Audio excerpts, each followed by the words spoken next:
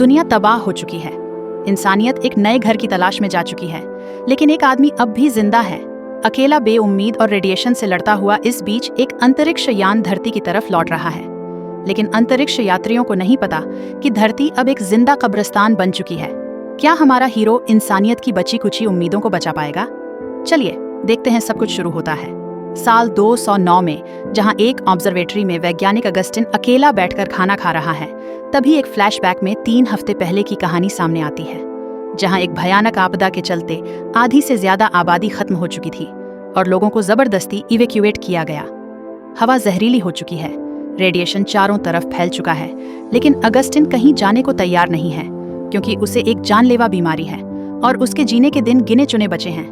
दूसरी तरफ लोग अपनों को ढूंढने की कोशिश कर रहे हैं। एक माँ अपनी बेटी को खो चुकी है, लेकिन उसकी एक दोस्त उसे तसल्ली देती है कि उसकी बेटी रेस्क्यू शिप में सवार हो चुकी है।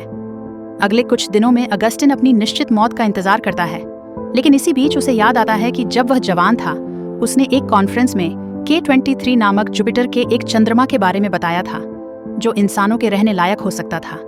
इस खोज के बाद इसे एक बैकअप प्लान के तौर पर देखा गया। अगर कभी धरती रहने लायक ना रहे, उसकी इस खोज ने सबको चौंका दिया था, खासकर जीन नाम की एक लड़की को, जो उससे फ्लर्ट करने आई थी। मगर अगस्टिन ने उस पर ध्यान नहीं दिया, जिससे वह नाराज हो गई और ताना मारते हुए पूछती है, तुमने सच में यह खोज की है या बस कहानियां गढ़ रहे हो? फिर कहानी वर्तमान में आती है, जहां अगस्टिन देखता है कि एक स्पेसक्राफ्ट जिसमें मेल सुलियड माया और सांचेस नाम के अंतरिक्ष यात्री सवार हैं, धरती की ओर लौट रहा है। लेकिन उन्हें यह नहीं पता कि अब धरती रहने लायक नहीं रही। अगस्टिन उनसे संपर्क करने की कोशिश करता है ताकि उन्हें रोक सके और K23 की ओर जाने को कह सके, लेकिन दुर्भाग्य से सिग्नल नहीं मिलता। तभी अगस्टिन को एक अजीब बात नजर आती है। कैफेटेरिया में एक टेबल पर रखा हुआ एक एक्स्ट्रा बाउल, जबकि उसे यकीन था कि वह यहाँ अकेला है। वह इसे इग्नोर करने की कोशिश करता है, लेकिन तभी फायर अलार्म बज उठता है। जब वह जाकर देखता है तो पता चलता है कि गैस स्टोव पर आग लग गई है। आग बुझाने के बाद उसे एक चौंकाने वाली सच्चाई का पता चलता है। एक छोटी बच्ची आयरस इस ऑब्जर्वेटरी में छूट गई थी। अगस्टिन तुरंत स्पेसशिप से संपर्क करने की कोशिश करता है ताकि कोई उसे बचाने आ सके, लेकिन कोई जवाब नहीं मिलता। दूसरी तरफ स्पेस में सुल्ली और बाकी क्रू धरती से कोई सिग्नल न मिलने पर चिंता करने लगते हैं। इस बीच अगिना से बात करने की कोशिश करता है, लेकिन वह बोल नहीं सकती, इसलिए वह ड्राइंग के जरिए संवाद करने लगती है। अगस्टिन यह ठान लेता है कि वह किसी भी हालत में उसे बचाने की कोशिश करेगा। अगले कुछ दिनों में वह रेडिएशन के खतरे के बावजूद कम्युनिकेशन एंटीना ठीक करने में जुट जाता है। अगस्टिन की भेजी गई सिग्नल स्पेस तक नहीं पहुंच पा रही थी, लेकिन इस बीच आयरस उससे इतना घुल मिल गई कि उसे अपना पिता जैसा मानने लगी। एक दिन अगस्टिन उसे समझाता है कि कुछ ही समय में एक ग्रुप ऑफ एस्ट्रोनॉट्स धरती पर लौटने वाला है, लेकिन उन्हें नहीं पता था कि इंसानों को इमरजेंसी में K23 पर जाना पड़ा था। सबसे ज्यादा चिंता की बात यह थी कि वही एस्ट्रोनॉट्स के 20 पर एक कैंप बनाने गए थे, लेकिन अगस्टिन को यकीन नहीं था कि वे इसमें सफल हुए या नहीं। इस दौरान स्पेसक्राफ्ट में एड को यह अजीब लगता है कि धरती के सभी स्पेस स्टेशनों से संपर्क टूट चुका है, लेकिन सांचेस उसे समझाता है कि शायद उनकी ही नेविगेशन सिस्टम में दिक्कत हो।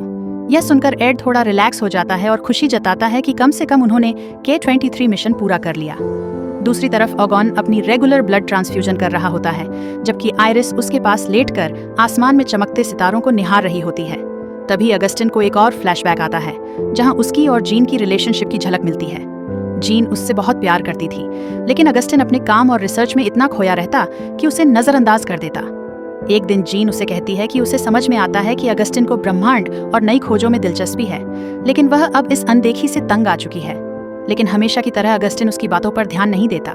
वापस वर्तमान में अगस्टिन देखता है कि रेडिएशन उम्मीद से कहीं ज्यादा तेजी से ऑब्जर्वेटरी तक पहुंच रहा है, मगर उसे पता चलता है कि कुछ किलोमीटर दूर एक मौसम केंद्र है, जहां एक पावरफुल एंटीना है जो शायद स्पेसशिप से संपर्क करने में मदद कर सकती है।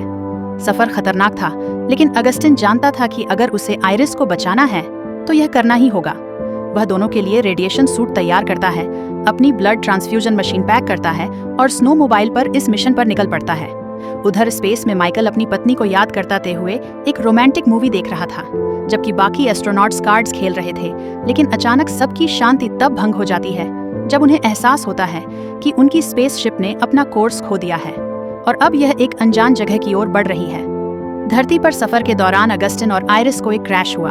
हवाई जहाज दिखता है, अगस्टिन उसे चेक करने अंदर जाता है, जबकि आयरस बाहर इंतजार करती है। अंदर उसे एक घायल आदमी मिलता है जिसने किसी तरह हादसे में बचने में कामयाबी पाई थी। वह मदद की गुहार लगाता है, लेकिन अगस्टिन जानता था कि वह ज्यादा देर तक जिंदा नहीं रह सकता। मजबूर होकर वह उसे दर्द से छुटकारा देने के लिए गोली मार देता है। जब वह बाहर आता है तो उसके चेहरे पर भारी दुख साफ झलकता है, लेकिन वह ज्यादा देर खुद को उस एहसास में फंसा नहीं रहने देता। एक और फ्लैशबैक में अगस्टिन की जिंदगी का एक और सच सामने आता है। उसकी और जीन की एक बेटी थी, लेकिन उनके अलग होने के बाद अगस्टिन ने कभी उससे मिलने की कोशिश नहीं की, भले ही जीन ने उससे रिक्वेस्ट की थी कि वह कम से कम उसे देखने आ जाया करें। वापस स्पेस में सुली को एक चौंकने वाली खबर मिलती है। वह प्रेग्नेंट है और इस खबर से उसका पार्टनर एड बेहद खुश हो जाता है। दोनों इस नए चैप्टर को लेकर उत्साहित होते हैं, लेकिन उन्हें इस बात का अंदाजा नहीं कि आगे क्या तबाही आने वाली है। खुशखबरी मिलने के कुछ घंटे बाद अगस्टिन और छोटी आयरस एक बर्फीले तूफान के बीच एक कैंप में पहुंचते हैं। वे रात वहीं बिताने का फैसला करते हैं। अगस्टिन आयरिश से कुछ बताने के लिए कहता है, लेकिन वह चुपचाप बैठी एक महिला का चेहरा बनाने लगती है। जब अगस्टिन उस चित्र को देखता है तो कहता है कि वह एक ऐसी ही लड़की को जानता था जिसकी की हंसी बेहद प्यारी थी और जिसका व्यक्तित्व अनोखा था। यह सुनकर आयरस पहली बार बोलती है और पूछती है, तुम उसे प्यार करते थे ना? ठीक उसी समय अगस्टिन की नींद खुल जाती है और वह देखता है कि कैंप पानी से भर रहा है। बर्फ तेजी से पिघल रही थी। वह जल्दी से आयरस को बाहर निकालता है और अपनी ब्लड ट्रांसफ्यूजन मशीन को बचाने की कोशिश करता है, लेकिन बर्फ और ज्यादा टूट जाती है और वह बर्फीले पानी में गिर जाता है। उसकी मशीन समुद्र की गहराई में डूब जाती है और अगस्टिन को मजबूरन उसे अलविदा कहना पड़ता है। वह जानता था कि उसके पास ज्यादा समय नहीं बचा है, इसीलिए वह और आयरस जितनी jल्दी हो सके अपने गंतव्य की ओर बढ़ने का फैसला करते हैं। अगले कुछ दिनों में यह डायनामिक जोड़ी कई कठिनाइयों का सामना करती है। कड़ाके की ठंड, भूख और जंगली जानवर जो आसपास घूम रहे थे। आखिरकार जब वे मौसम केंद्र के करीब पहुंचते हैं, एक और बर्फीला तूफान आता है। तभी दूर से भेड़ियों की डरावनी आवाजें सुनाई देने लगती हैं। अगस्टिन अंधेरे में कुछ देख नहीं पाता, लेकिन वह भेड़ियों को भगाने की कोशिश करता है। जब वह पीछे मुड़कर देखता है तो आयरस वहां नहीं होती। आयरस की चिंता और अपनी खराब तबीयत के चलते अगस्टिन बेहोश हो जाता है। कुछ घंटे बाद जब वह होश में आता है तो पाता है कि आयरस उसके पास बैठी उसे कसकर गले लगा रही थी। वे आखिरकार मौसम केंद्र तक पहुंचने में कामयाब हो जाते हैं। अगस्टिन जल्दी से एस्ट्रोनॉट्स के स्पेसशिप से संपर्क करता है और सूली उसकी कॉल का जवाब देती है। वह पूछती है कि इतने दिनों तक किसी ने उनसे संपर्क क्यों नहीं किया। अगस्टिन उसे बताता है कि धरती अब रहने लायक नहीं रही और सभी इंसानों को वहां से भागना पड़ा। तभी एक छोटा एस्टेरॉइड स्पेसशिप से टकरा जाता है, जिससे सिस्टम को नुकसान पहुंचता है। सांचेज कहता है कि उन्हें तुरंत स्पेसशिप को ठीक करना होगा।